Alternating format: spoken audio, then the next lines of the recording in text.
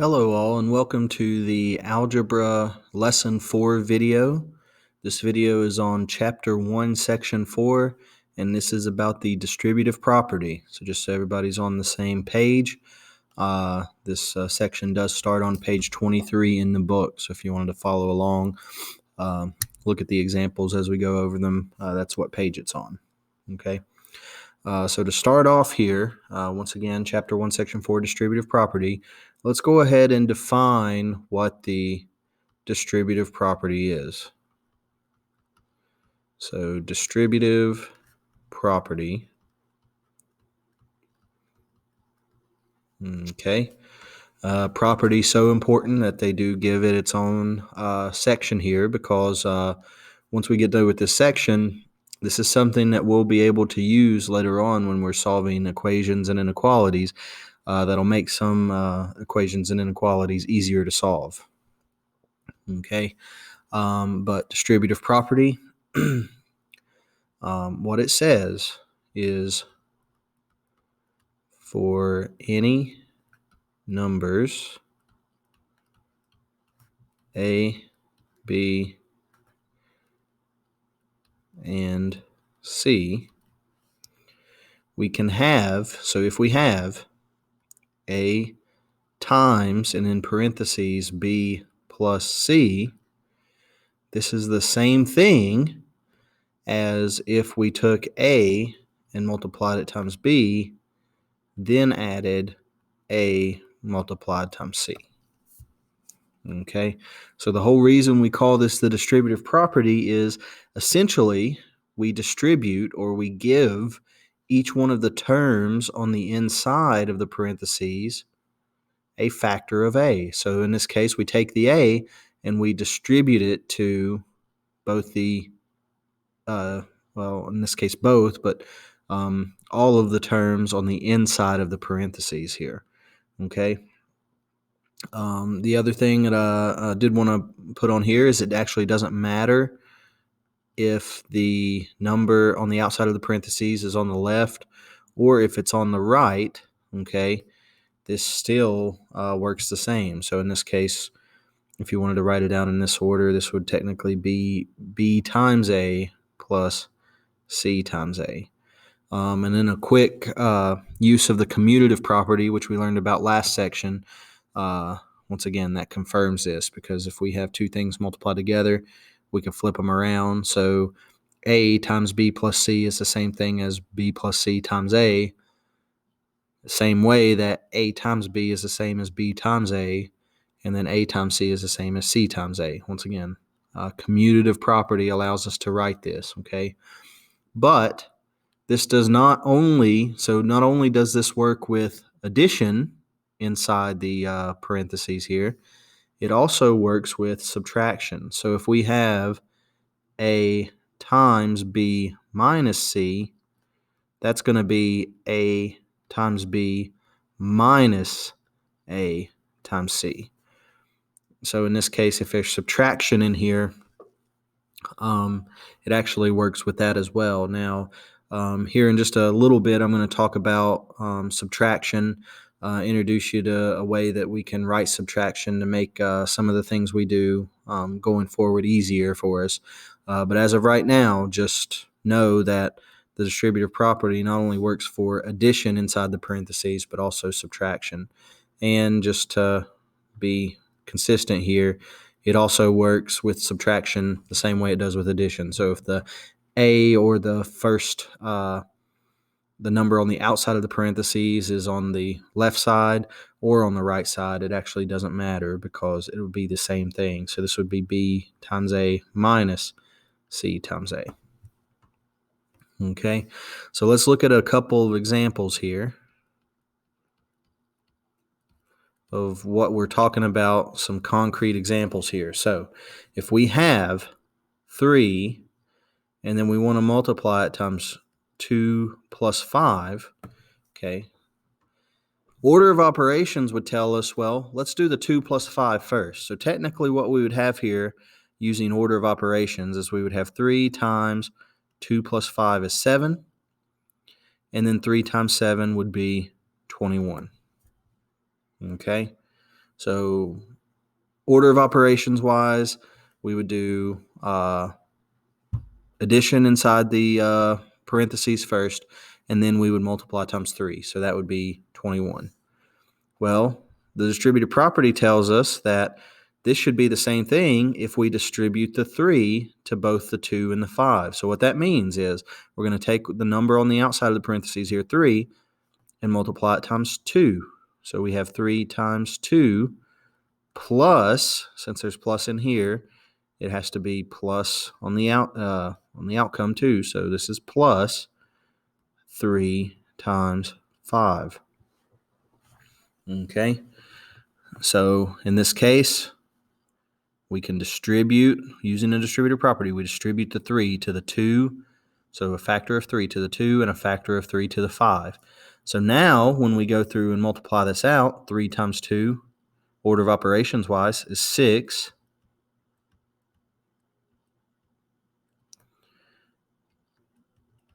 3 times 5 is 15, and 6 plus 15 is 21.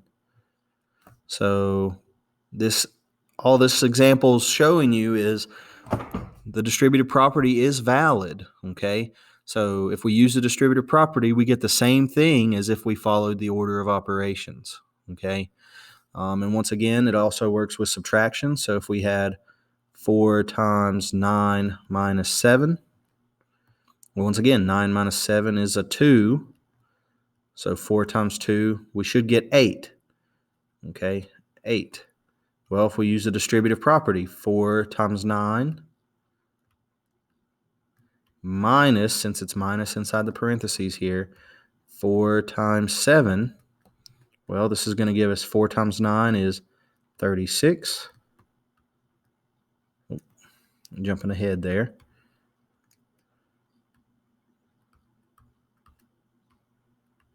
4 times 7 is 28, and 36 minus 28 is actually 8. Okay, so once again, these two examples here are to show you that you can actually use the distributive property instead of the order of operations, because it actually works the same way. So order of operations and distributive property kind of work together to give you the same answer. Okay. So some of you might be asking, okay, and this is a question that's brought up every year in class is, well, if we can do order of operations, well, look, we did this in basically 3 lines. Whereas over here, we had to take a little bit of extra time, do extra calculations and everything. So why would it be beneficial to us to use distributive property instead of just doing order of operations? Well, my response to that is, we know what 2 and 5 are here. We know what these numbers are. So we can technically add them together. But what if this 2 was a variable? What if this was an x or a w or a v, okay? Well, we can't add the v and the 5. So in that case, in order to simplify expressions, as we'll see later on, we have to use the distributive property in order to simplify things as far as they can go, okay? So just be aware that, yes, it seems easier to just use order of operations, but sometimes order of operations doesn't allow us to actually simplify things any further than what they need to be, okay? So once again, what I mean by that is, what if we have an expression with variables, okay? We can't add variables and numbers together and get a new number out, okay? So once again, you'll see what I mean when we get to the examples, actual book examples here, okay? But let's go ahead and look at example 1, okay? So the example 1 in this section is actually a real-world example, so it's a word problem here. They tell you it has to do with sports, so let's read the question together here. They tell you a group of 7 adults and 6 children are going to a University of South Florida Bulls baseball game, okay? So in this case, you've got 7 adults, 6 children going to a name of the college isn't important here, the name of the university, but they do tell you it's a University of South Florida Bulls baseball game, okay? But think of it as a group of people are going to a baseball game. Use the distributive property to write and evaluate an expression for the total ticket cost. Okay, so they give you a little table here. Okay, on the left column, it tells you what type of ticket it is, so what type of ticket you're buying. Okay, and then on the right side, it has that ticket's cost. Okay, and it says it's in dollars, so it has just the numbers here. It's understood that those are dollar amounts. So first thing we need to realize here is we have a group of 7 adults and 6 children. Okay, well, going through and reading the ticket prices, well, they say adult ticket prices are $5, child ticket prices are $3. A ticket for a person in a group of 10 or more is $2, and then a senior ticket is $3. Well, right off the bat, we don't mention anything about seniors, so we know we're not going to be dealing with any type of senior ticket. Okay, but we do talk about adults and children, but we got to be careful here. This is where it's not really they try to trick you. Okay, it's just we got to be aware of what we were told up here in the problem. We have 7 adults and 6 children in a group. Okay, well, that's obviously more than 10. If we do 7, have 7 and 6, once again, that's something you should probably be able to do in your head. That's 13 people, okay, adults and children. Well, that means we're going to have to use the price groups of 10 or more, okay? So even though we're talking about adults and children, okay, they are in a group of 10 or more. So each ticket is going to be $2. So how would we go about figuring out how much the total cost of the tickets would be? Well, we would take the cost of the ticket and multiply it times how many tickets we need. Okay, real world application here. If we need 13 tickets, we would take 2 and multiply it times 13. However, we need to use a distributive property to write and evaluate an expression. Well, I ask you this. How do we get the number 13 out of 6 and 7? Well, we add them. So this is going to be 2 times, and this is where the parentheses comes in. We want to get 13 here. Well, that's just 7 plus 6. Okay, so technically what we have here is 2, and in parentheses, 7 plus 6. Okay, now that's how we get the number 13 out of here to know what to multiply times the 2. But now, once again, we need to use the distributive property. So nothing's stopping us from going through and adding 7 and 6 and doing 2 times 13, except they want us to use the distributive property. So that means we need to distribute the 2 to the 7 and the 2 to the 6. So when we rewrite this, okay, this is going to be 2 times 7 plus 2 times 6. And one little neat thing here that you might realize is this 2 times 7, well, that actually tells you how much the adults' tickets were. And this 2 times 6 is actually how much the children's tickets were. So we're taking kind of a long way around it here, but it should make logical sense to you that this 2 times 7 is, well, if it's $2 per ticket and we have 7 tickets, that's how much the adults are paying for their tickets. Okay, the 2 times 6 is how much is being paid for the children's tickets. So now if we do that multiplication, follow order of operations, and add those two things together, that should tell us what the total amount was paid for tickets. So 2 times 7 is 14. 14, okay, plus, and then 2 times 6 is 12.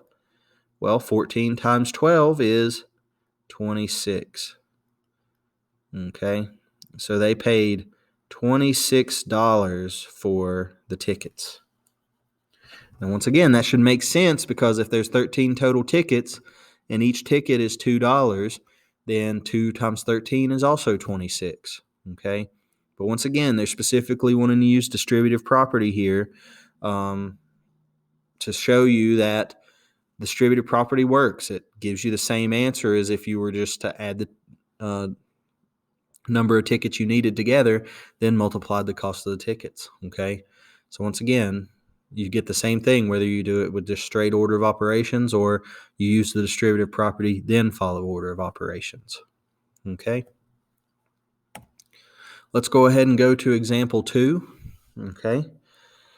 Distributive property also helps us with mental math, and I'll be honest with you. This is actually how I use distributive property a lot of the times when I try to think of multiplication in my head. Okay, I take and I rewrite some expressions and I add them together or just subtract them together.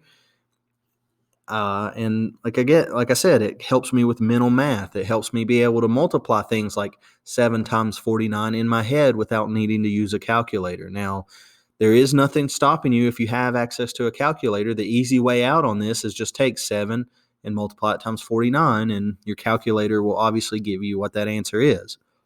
Okay? But once again, if you're needing to do this multiplication in your head and you don't have a calculator handy, which will hardly ever be the case, but once again, depending on what field you go into, depending on what type of job you have, it might be necessary that you do this type of calculation in your head, okay? But mental math, actually distributive property helps you with mental math. So the question of this one asks you to use the distributive property to rewrite 7 times 49, then evaluate. Once again, a common question I have here was, how do we rewrite 7 times 49 using the distributive property? Well, we can take a couple different approaches here, but I'm gonna take it this way. So I have 7 times 49. Well, I'm gonna think the bigger number there. I can write 49 in a way of two different numbers that I know that I'll have an easier time multiplying times 7. Okay? So what I mean by that is if I rewrite 49 as 50 minus 1, everybody agrees with me, 50 minus 1 is 49. So if I do 7 times 50 minus 1 in parentheses, that's the same thing as multiplying times 49, 7 times 49, okay? But now what that allows me to do is it allows me to look at 7 times 50, if we use the distributive property, 7 times 50, and then subtract from it 7 times 1. Now, in this case, 7 times 50 is really easy because we know 7 times 5 is 35. Well, since this is 50, we just have to add a 0, so 7 times 50 is 350.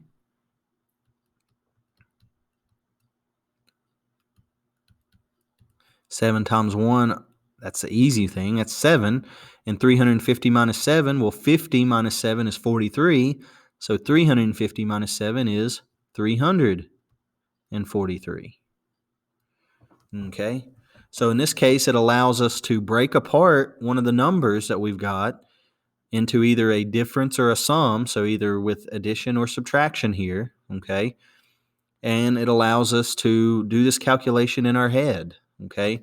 Another way we can break it apart, this is actually not in the book, but another way we could break that apart is I can write the number 49 as 40 plus 9, okay?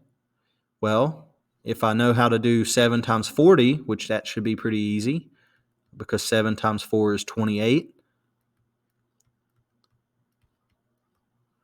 So we have 28 and then a 0, so that's 280 plus, and then once again, I'm just taking one step at a time. So 280 plus 7 times 9, that's a little tougher. I know the 9s are tough to remember from your times tables, but 7 times 9 is 63. And this one is a little bit more tricky. 280 plus 63, that's hard to think about. Well, 0 plus 3 is 3. 8 plus 6 is 14, so we have to carry the 1, so that's going to be 34. So we get the same thing, 343. Okay, but the whole point in this type of question is, and in this way, I'm not going to technically ask you anything like this on the practice or homework, okay? Because once again, this involves mental math, but this is just showing you how you can use the distributive property to rewrite an expression or to think about an expression as either a sum or a difference, so as either addition or subtraction, okay? And then it makes it easier for you to multiply two numbers together. And like I said, that's honestly how I go about if I have to multiply big numbers like that. I usually break it up as addition. So I say, all right, 7 times 49. Well, I know 49 is 40 plus 9. Well, I know what 7 times 40 is, and I know what 7 times 9 is. Let me just add those together. Okay. Now, like I said, this is a little bit more difficult than taking 350 and subtracting 7. Okay. But I just wanted to show you either way we do it, we come out to the same outcome, okay? Because what we're technically doing is we have the same number here. 50 minus 1 is 49. 40 plus 9 is 49. So we're not really changing the expression. It's the same expression. It's just written a different way, okay? Once again, these parentheses tell us 50 minus 1 is 49, so we'd have to do that first. 7 times 49. Well, that's what we would get, is 343. Same thing. 40 plus 9 first. Well, that's 49. 7 times 49, 343. Okay. So once again, mental math. If you struggle with mental math, this is a good property to use. And once again, you can use it without even really recognizing it. And actually, I don't actually even think about the distributive property when I do this whenever I'm thinking about these types of problems in my head. I just go through and I know I need 7 plus 49. Well, I can write 49 as 50 minus 1. Okay, so then if I can do 7 times 50 and then 7 times 1 and subtract those two things, then I know what the answer is. Same thing with the addition. I know 49 is 40 plus 9. So I can take 7 times 40, 7 plus 9, or 7 times 9, and add those two numbers together, and then it gives me the same result there, 343. Okay. Now, let's go on to example 3. So the boom, boom, boom, 3 examples right in a row. Okay, and this is the type of question you will be asked about on practice, homework, quizzes, and tests and things like that. Okay, so remember back when I was talking about the distributive property here in the first little section here. Well, I've had people ask, well, why would we want to use the distributive property here if order of operations is just as valid and it's actually a little quicker? Well, this is why we need to know the distributive property. Okay, so let's look at the instructions here. We got algebraic expressions. Rewrite each expression using the distributive property, then simplify. Okay, well, we have a problem here. Can we do 3w minus 5 and get a number out of that? Well, no, we can't because of this w.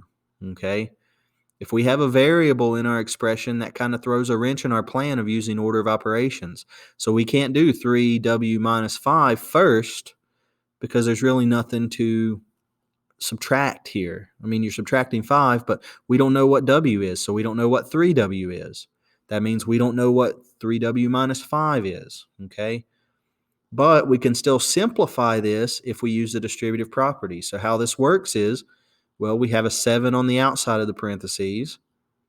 The terms we have are 3w and 5. So this is going to be 7 times 3w minus 7 times 5. And once again, order of operations kind of takes over. Well, multiplication comes first. Well, in this case, we got 7 times 3 times w, but we can do the 7 times 3, and that actually gives us 21. And the w is still kind of there because we don't know what w is, okay? Well, we can't do 21 times w, so that kind of has to stay there. Minus, well, now we can do 7 times 5, which we know is 35. And actually, we are done at this point, okay? And this is something we'll actually talk about here in just a second. The reason we can't take this any further, I've got a lot of people that would always want to say, well, 21w minus 35, well, that's going to be negative 14w. 21 minus 35 is negative 14. Tack on the w, okay? Well, that's what we're going to get to here in just a few minutes when we talk about what we call like terms. These are not like terms, so we cannot combine them. So this is actually as far as we can go, okay? That's as simple as we can make that expression. Now, if we look at part B, this one throws a little wrench in on us because we've got this actually three-term three-term expression in parentheses, and we have the number 4 on the outside of the parentheses, but the number 4 is on the right side. Well, if you're more accustomed and you like having the 4 on the right-hand side, we could simply rewrite this by using the commutative property. These two things are the same. It doesn't matter if we have this and we multiply it times 4, or if we have 4 and we multiply it times this, okay? Commutative property says we can flip things around multiplication because this is technically multiplication here, okay?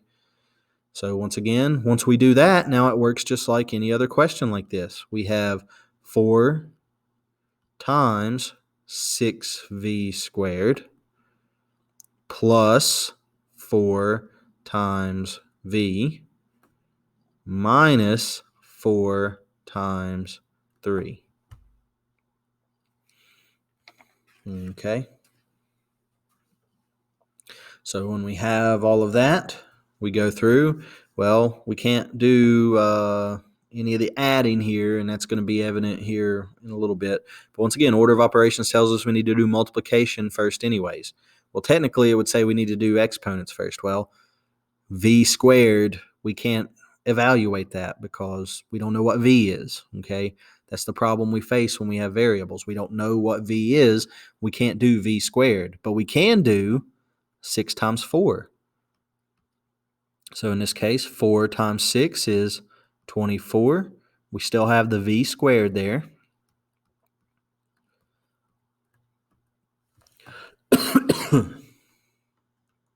Okay, so I rewrite everything again. We can't do anything with the 24v squared anymore, so just rewrite it.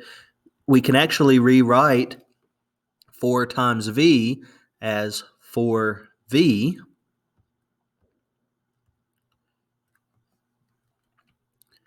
And then lastly, we can rewrite 4 times 3 as 12. And once again, what we're going to talk about here in just a second with like terms, that's actually as far as we can take it. We can't simplify that any further.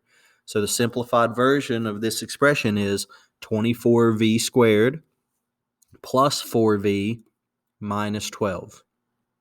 And once again, basically all you're doing here is you're taking the number on the outside and multiplying it times every term on the inside.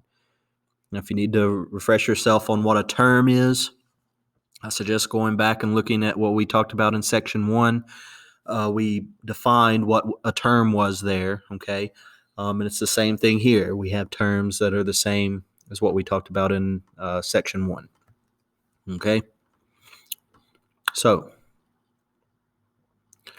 now let's talk about, so we got a few more notes here, and then we're going to look at a couple more examples, and that's it for the section here.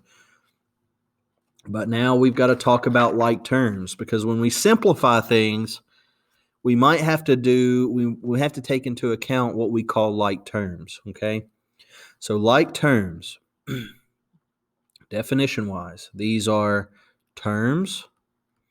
And once again, if you don't know what a term is, or you can't remember what a term is, I suggest you go back and look at the notes from section 1. Go back and look at the video from section 1. We define what a term is there. But in this case, like terms are terms that contain the same variable or variables, okay? So I don't know if they put the parentheses around the S in the book, but in this case, if there's only one variable, they have to have the same variable. But if there's more than one variables, they have to have all of the variables, okay? So if there's more than one, which you might not see too often in this class, maybe when you got on to Algebra 2, you might see some multivariable equations and things like that. But in this case, terms that contain the same variables, but, so we're going to say with the variables, so the variables have to have, so variables having the same exponent or power.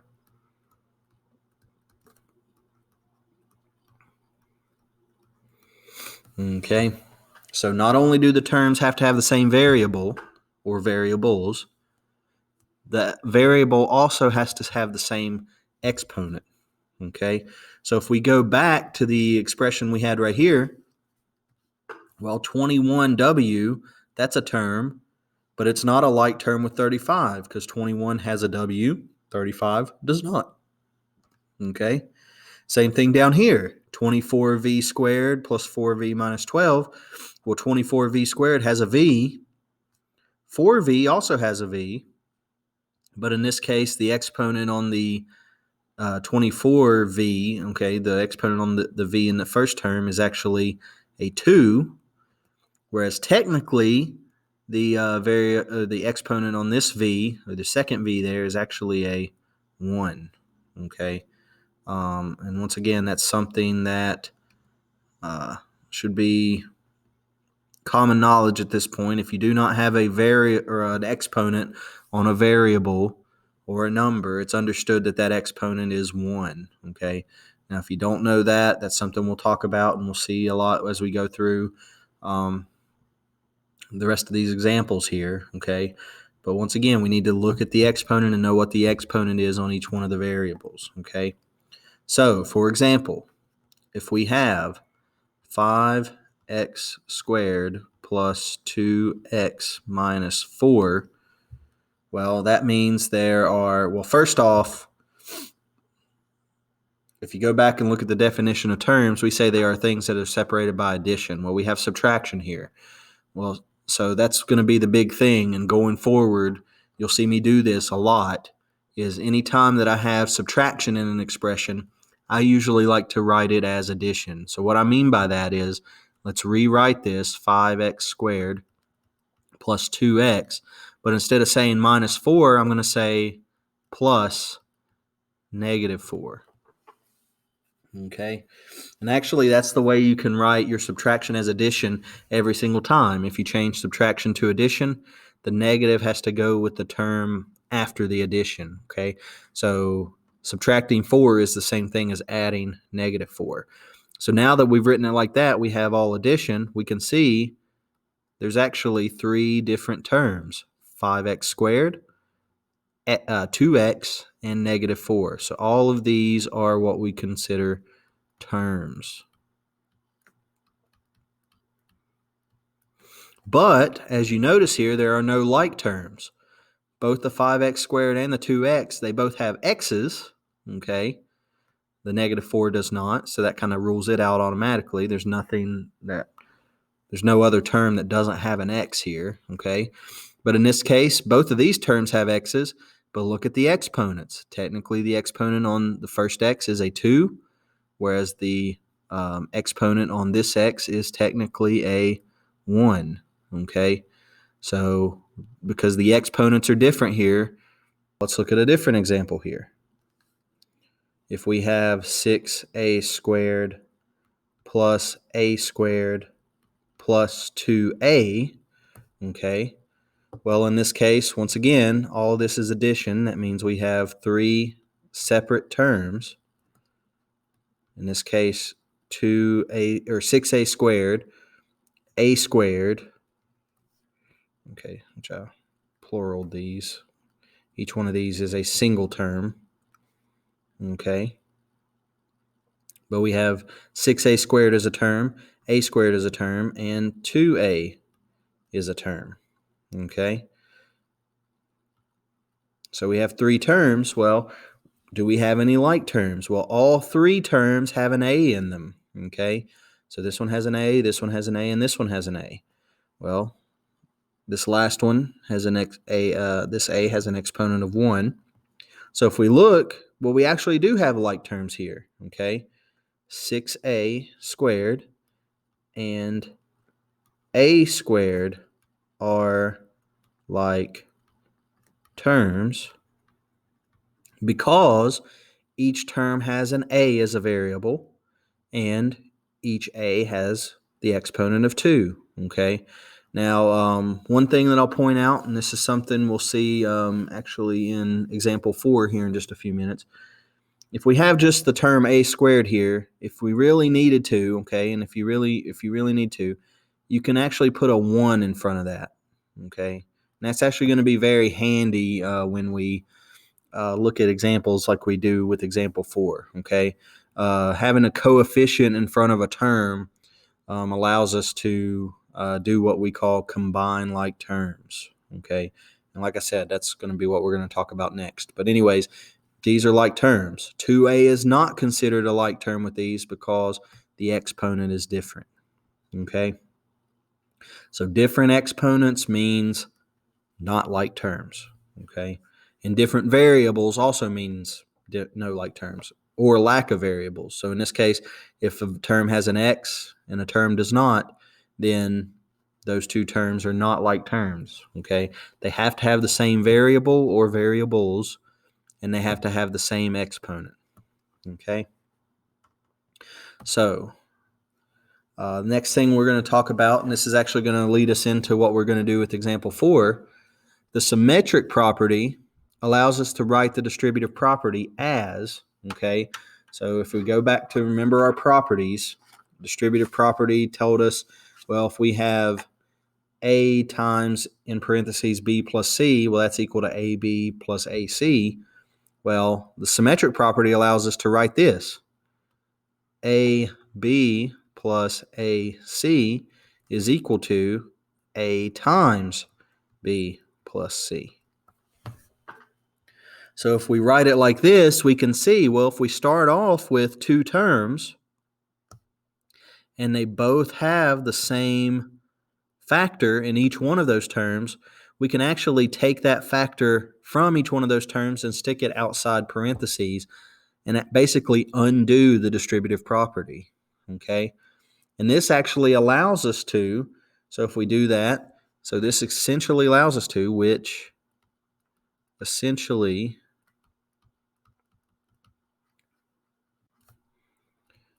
allows us to undo the distributive property,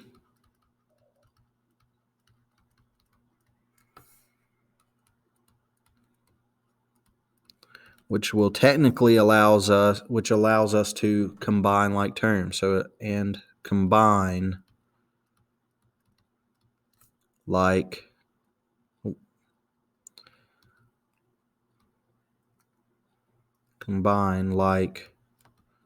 terms.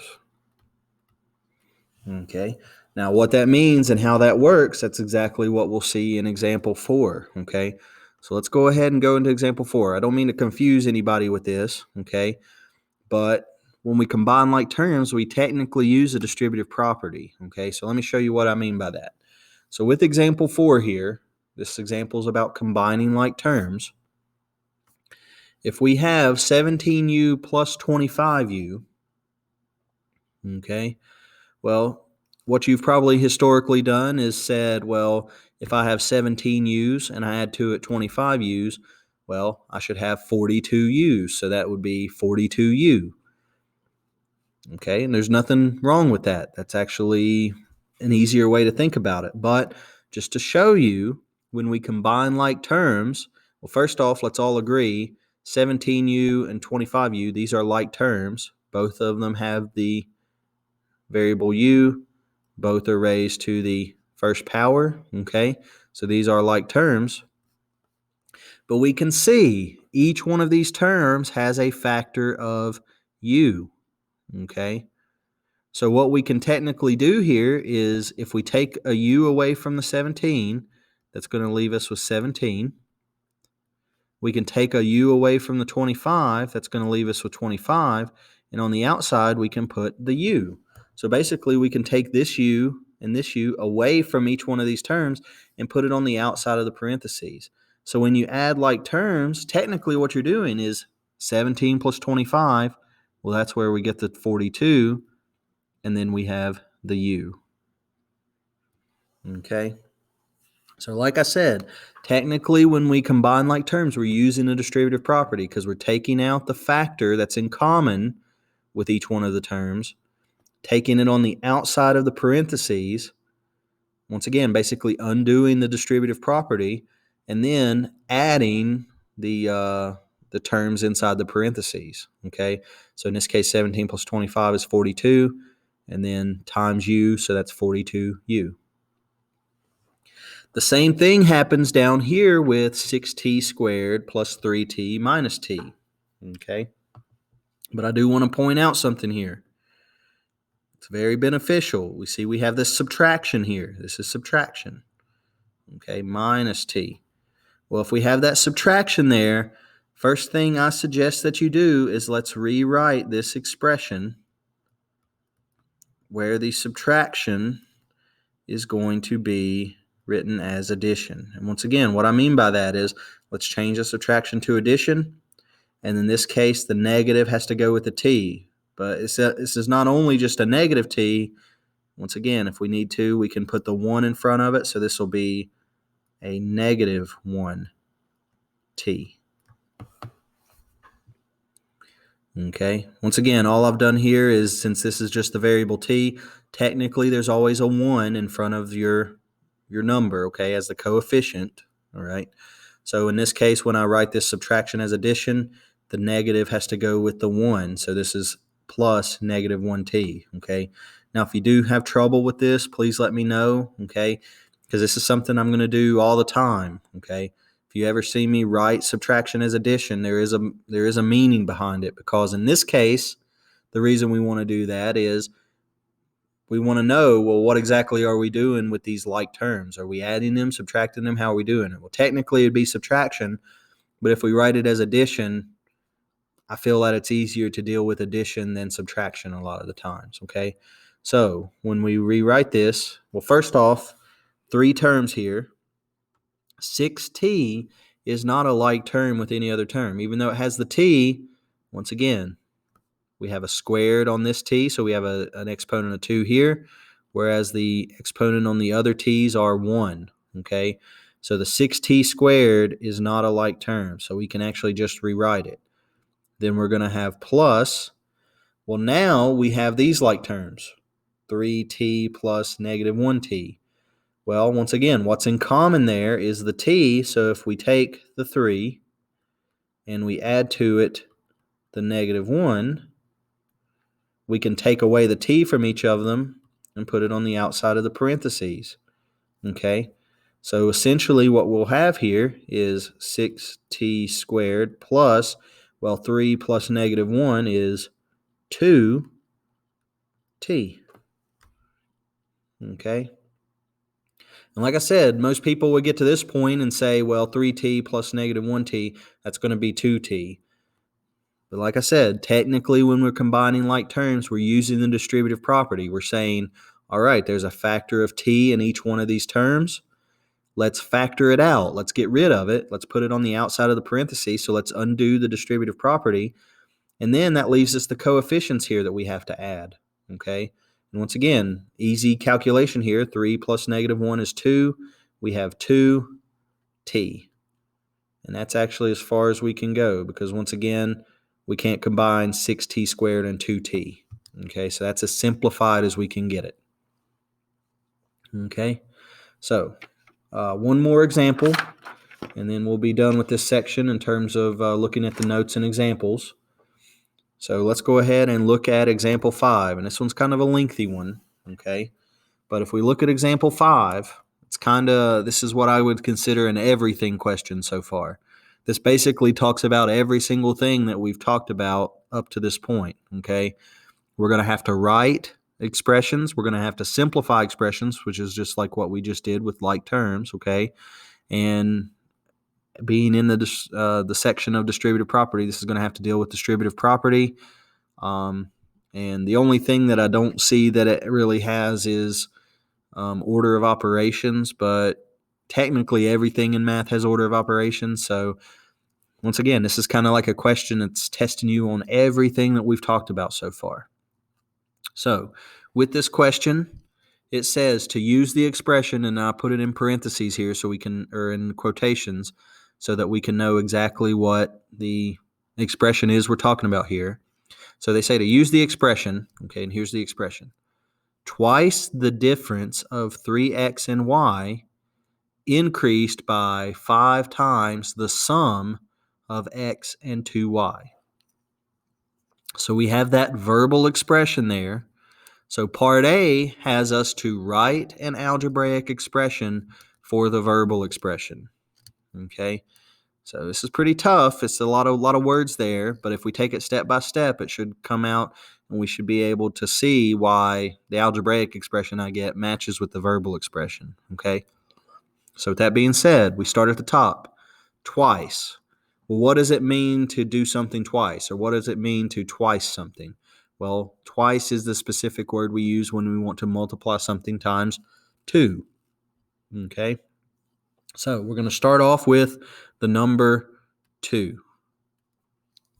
But what are we multiplying 2 by? Well, in this case, we want to do twice the difference. Okay? And this is the first clue, and this is a big clue that lets us know distributive property or parentheses are needed here. We're not doing twice 3x. We're not doing twice y. We're doing twice the difference of 3x and y. Okay?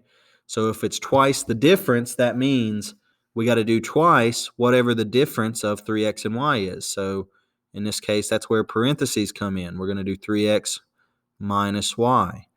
And once again, I use minus here because the word difference refers to subtraction. So twice the difference. So that means we got to do the difference first, then multiply it times 2. Okay? Once again, twice the difference tells us we need the parentheses here. So we have the difference of 3x and y. That's 3x minus y. But then we have that, so twice the difference of 3x and y, increased. So that tells us that we have addition. Increased by what? Well, we have the same kind of thing going on here. We have 5 times something. Well, what is that something? 5 times the sum of x and 2y. We don't have 5 times x. We don't have 5 times 2y. We have 5 times the sum of x and 2y. So once again, we have something multiplied times a difference or a sum. That indicates to you that you need parentheses. And sum means addition, so the sum of x and 2y is x plus 2y. But once again, the parentheses are needed here, because if we wrote it without the parentheses, you would just be multiplying the 5 times the x. When we really need to multiply 5 times the sum, so x plus 2y, okay? Same up here. We're not doing twice 3x, because once again, if we wrote it without the parentheses, we would be doing 2 times 3x. When in reality, it's 2 times the difference or the subtraction of 3x and y. Okay, so that's why it's 2 times the difference, 3x and y. Okay, the difference of 3x and y. Okay, and that's actually it. So we go through here twice the difference of 3x and y increased by 5 times, okay, so times the sum of x and 2y, okay? And once again, the parentheses are needed here because we're doing 5 times the sum. We're doing twice the difference. We're not doing twice 3x. We're not doing twice y. We're not doing 5 times x. We're not doing 5 times 2y, okay? We're doing 5 times the sum of x and 2y. We're doing twice the difference of 3x and y, okay? So once again, this is a little tricky, but you'll see what I'm talking about when we get to the practice. I'll definitely have you practice a few questions like this, okay? But if you've got twice or 5 times or whatever it is, if it's multiplied times a sum or difference, you have to include parentheses there, or else once again, you're just multiplying 2 times 3x, and you're just multiplying 5 times x, when it has to be multiplied times the difference or the sum. Okay, but here is the algebraic expression that relates to this verbal expression. Now, the second part of the question has us to write or simplify this expression, and then it tells us to indicate the properties used. So this is like what we did in last section, okay? In using properties, and then what we've done in this section by using distributive property and simplifying this expression, okay? So once again, we want to simplify. Well, there's something that's kind of holding us back here, and those are the variables, okay? We don't know what x is, we don't know what y is, so we can't do 3x minus y, or we can't do x plus 2y. So in this case, we have to use the distributive property, okay? So let us rewrite this using the distributive property. That means we're going to take the 2 and multiply it times the 3x. So we're going to have 2 times 3x minus 2 times y plus 5 times x plus, so plus is here, 5 times 2y. Once again, that's a whole big mess of stuff here, but that's the whole point. We want to simplify this. We want to make this easier to read, okay? So first step in that is order of operations tells us multiplication first. Well, we can't do the 2y and the 5x.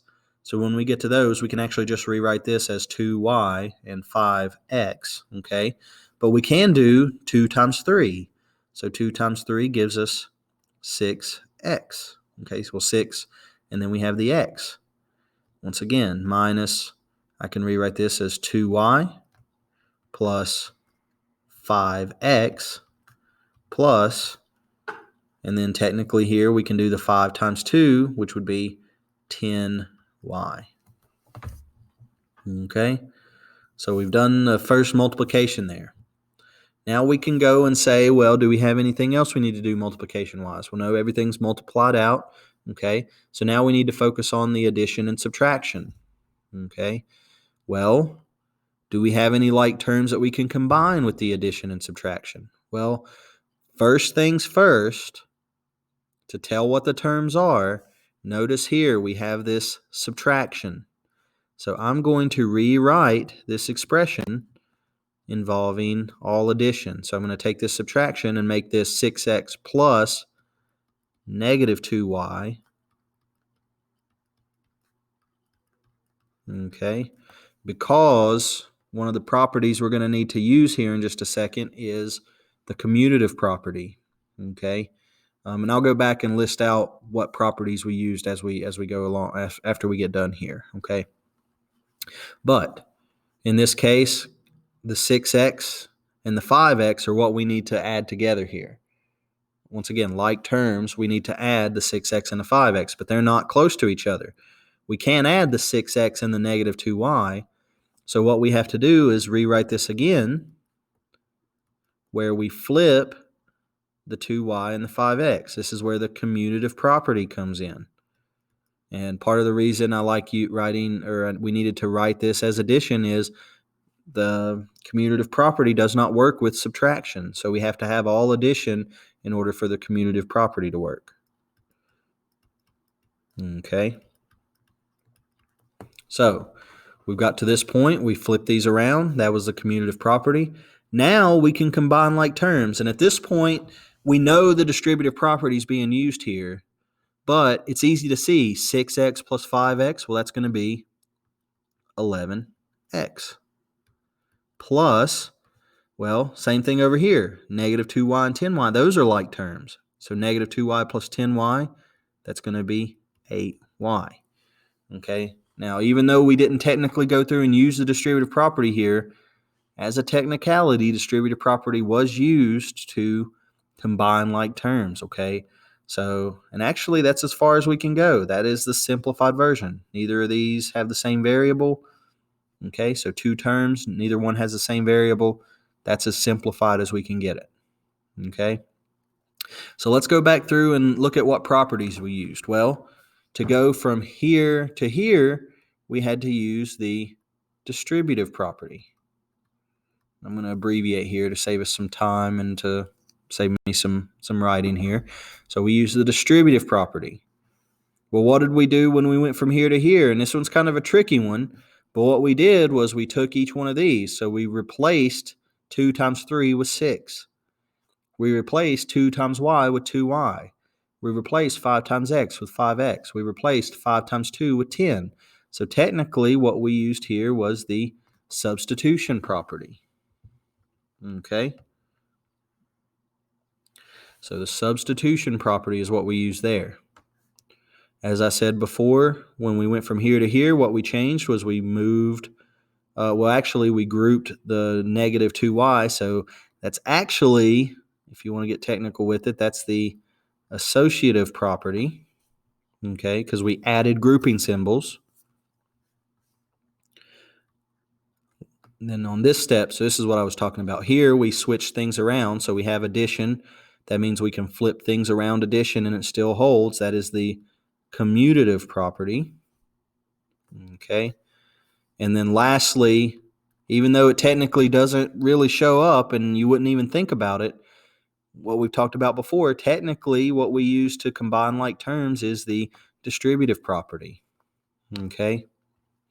So just showing you how all these properties allow us to simplify, evaluate, and later on solve equations. The properties are important, okay, because we actually use all these properties that we're talking about. So with that being said, that's the last example for section 4 here. Do be on the lookout for the practice and the homework, okay? Now, each one of these types of questions, I'm not going to ask you every single type of question. Like I said, the mental math question, can't really ask you a mental math question on your homework, okay? That'd be something I would have to maybe ask you in person. But anyways, so there's not going to be a type of question for each example here, but there will be ample practice for you so that way you can learn how to use the distributive property with actual concrete examples. So like what we did in example 1, or like we did in example 3, where you've got variables involved and you have to use the distributive property to simplify expressions, okay? But other than that, make sure you do the practice and the homework. If you have any questions, there's something in the notes you don't understand, there's something in the book you don't understand, there's a question on the practice or homework you don't understand, be sure to email me, okay? If you don't let me know you're struggling, that's the thing. I don't know, that you need help until you either don't turn in the homework or you turn in the homework and you make a bad grade, okay? So I want to try to help you before you turn in the stuff for grades.